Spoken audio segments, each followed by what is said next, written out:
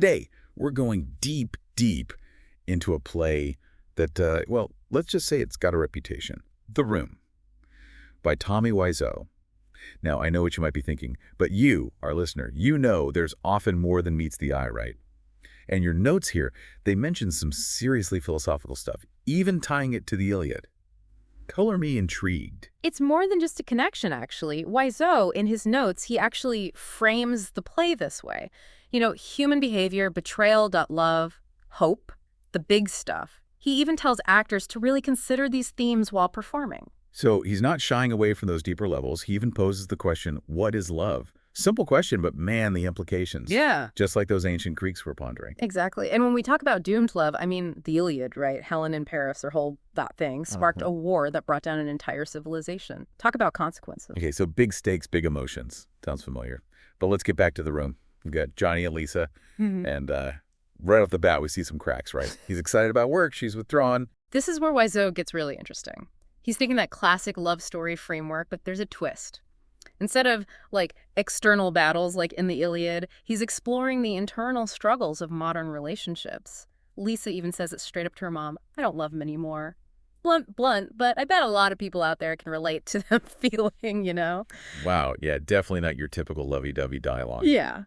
So, are we headed for a modern tragedy here, like a 21st century Iliad?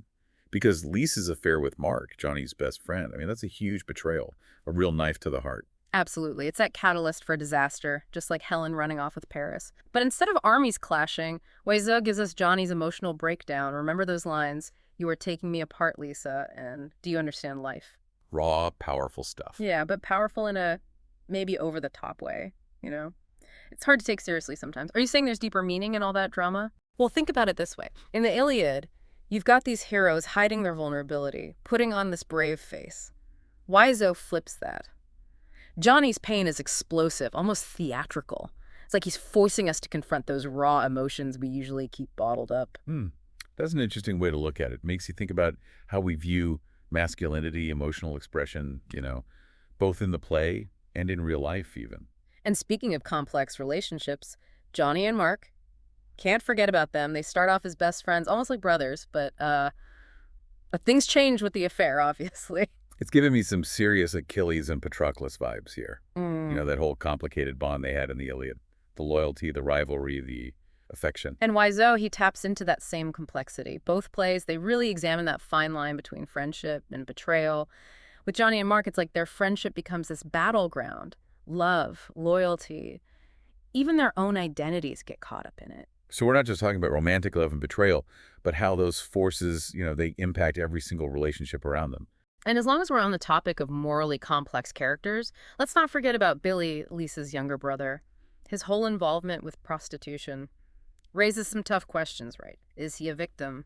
Is he just making bad choices?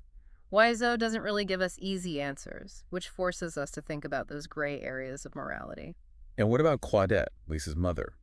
She seems to be pushing Lisa towards financial security, even if it means, well, sacrificing love. Yeah. Is she like a voice of reason here? Or is she pushing Lisa towards the very choices that lead to the whole mess? Claudette is such an interesting character. I mean, she's got her own struggles, right? Her cancer diagnosis, thinking about her own mortality. Maybe love just seems like a luxury, something you can't afford when survival's on the line. Or maybe she's just trying to protect Lisa from the same kind of heartbreak that she's experienced, you know? See, that's what gets me about the Hero Room. Even those seemingly minor characters, they have so much depth. It's like each one adds another piece to this moral puzzle that Wiseau's created. It's like he took those epic moral dilemmas from the Iliad and dropped them right into a modern setting, you know? The characters, they're just as flawed, just as relatable as those Greek heroes, even if their battles are more, you know, internal. Oh yeah, totally. And speaking of battles, that rooftop scene, it always gets to me. That whole space, it's like this symbolic arena, right? Where Johnny and Mark, they're facing their inner demons. You're right on the money. In the Iliad, you have Mount Olympus, right? Where the gods, they're watching all the human drama unfold. Wiseau gives us the rooftop, a place to look out over the city, contemplate life, choices. Reaching for something bigger, you know? Trying to make sense of the chaos down below. And then Then there's that football scene. You know the one. Ah, yes. The football. So out of place, right. But think about it. In the Iliad, those warriors, they find solace in games, competition. It's an escape from the horrors of war, right? So the football, it's like their version of those ancient games. Yeah. A moment of fun, amidst all the drama. Exactly. And it really highlights Johnny's innocence, his almost childlike naivety. But it's also that reminder of his need for connection, for male bonding even. Just like those warriors relied on each other, Johnny, he seeks solace in his friendships. But it's not all fun and games, though, right? I mean, the football, it also becomes a source of tension, even aggression at times. Oh, absolutely. There's definitely a darker side to it. Remember those really intense games on the roof? Often end in arguments, almost foreshadowing the violence that comes later. It's like Wiseau's using the football to show us that duality in human nature, our capacity for love, but also for aggression. That is a cool insight, I have to say. Yeah. It makes you think about those epic battles in the Iliad, all that rage, the violence. Maybe Wiseau's showing us that those primal urges, they're still there, playing out differently in our world. And then there's the dialogue, right? Yeah. It's not unique, to say the least. Yeah. Awkward phrasing, those non sequiturs. It's almost like its own language. Oh, yeah, the dialogue, that's a big part of why The Room is so, well, a cult classic. Yeah. So bad, it's good, right? But are you saying there's more to it than just, like, accidental humor? Well, consider this. In the Iliad, you've got those characters speaking in this heightened poetic language, right? It elevates their experiences, gives it all a sense of grandeur. So are you saying Wiseau's doing something similar, but with everyday language? Like, intentionally? Exactly. He's using these cliches, these platitudes, but underneath it all, there's this yearning for connection, for meaning in a world that often feels, well, meaningless. Take Johnny's famous line, "You are tearing me apart, Lisa." Over the top, sure, but it also expresses a very real pain, a broken heart. Wow, that's a really interesting way to look at it. It's like he's using this, like, seemingly simple language, but to tap into these really deep universal emotions, the raw human experience right there on stage. And he's not afraid to explore identity either. Like those heroes in the Iliad, they're on these quests to find their place in the world, right? The characters in The Room, they're on their own journeys of self-discovery, trying on different masks, searching for that version of themselves that feels real. Lisa's a great example of that, right? Torn between security and passion. Changing her clothes, different personas. It's like she's lost in a maze, trying to find her way out. And then you have Mark.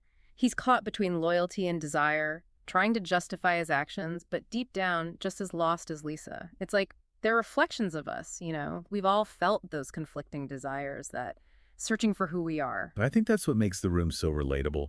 It doesn't shy away from that messy, imperfect side of humanity. And the play's structure reflects that messiness, It's non-linear, jumping back and forth in time, characters appearing, disappearing, no explanation. Hold on, are you telling me there's, like, deep meaning in the seemingly random structure? I gotta admit, that one's a bit hard to grasp. Think about the Iliad. It's this epic poem, right? Years of war, multiple storylines, characters weaving in and out. Wiseau's doing something similar, but on a smaller scale. He's giving us a fragmented narrative, just like the fragmented psyches of his characters. So we're experiencing the world through their eyes, a world where logic and reason, they've kind of been suspended. Exactly. And remember all those seemingly random subplots.